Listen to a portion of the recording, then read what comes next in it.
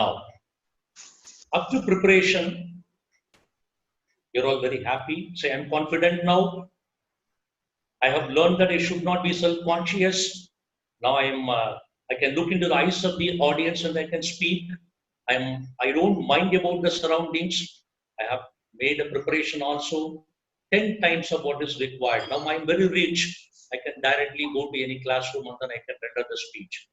There is one more secret is that is called practice. See, for a hunter, if he goes for hunting for the first time, he is very brave. The moment he sights an animal, he will immediately try to hunt it, but majority of the cases he will fail. That's because of excitement. He will be in a state of nervous excitement. That's called buck fever. A warrior goes to the battle. For the first time he is going to the battle, he draws out his sword and then swinging all the directions, but not touching anyone. He is courageous, but he is not focused on the enemy because of his nervous excitement. So, though you have prepared well, if you are not practiced, though you are courageous, because of the nervous excitement, you cannot succeed. So, you need a nerve control or cool headedness. Be composed. The nerve control will give you focus on the topic and you can speak successfully. The cool-headedness or the state of composure will definitely give you nerve control over the speech. This is easier said than done, but practice make you natural.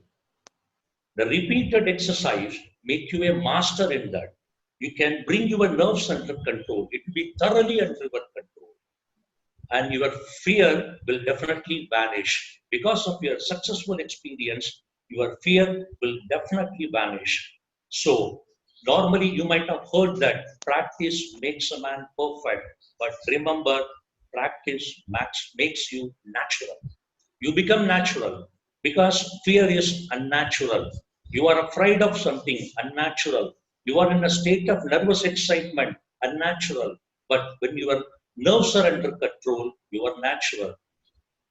So we'll go to the next thing. Asha, in between, there is one more small activity. Again, there is a speech given by a person who said it. I'll give you 2 minutes again.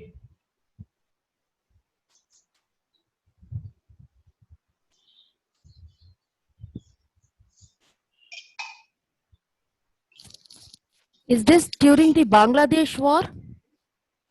Bangladesh war, who, ma'am? This is Lata Suresh, sir. Lata Suresh, ma'am, it is not, I'm afraid it is not Bangladesh war. Please try harder, you will definitely find it. Is it Napoleon? Subhash Chandra Bose. It is Subhash Chandra Bose. Napoleon is not the right answer, I'm afraid. Who said Chandra Bose? Subhash Chandra Bose. Subhash Chandra Bose is the correct answer. Yes, you are right. Whoever said it, it's a brilliant answer. This is said by Subhash Chandra Bose. Yes. When Subhash Chandra Bose fought the British Army together with Japanese, Yes. they were actually rooted out. They were not successful in their attempt. They lost the battle. But Subhash Chandra Bose refused to accept defeat. He gave a very good speech to the warriors. He said, give me blood and I will give you freedom.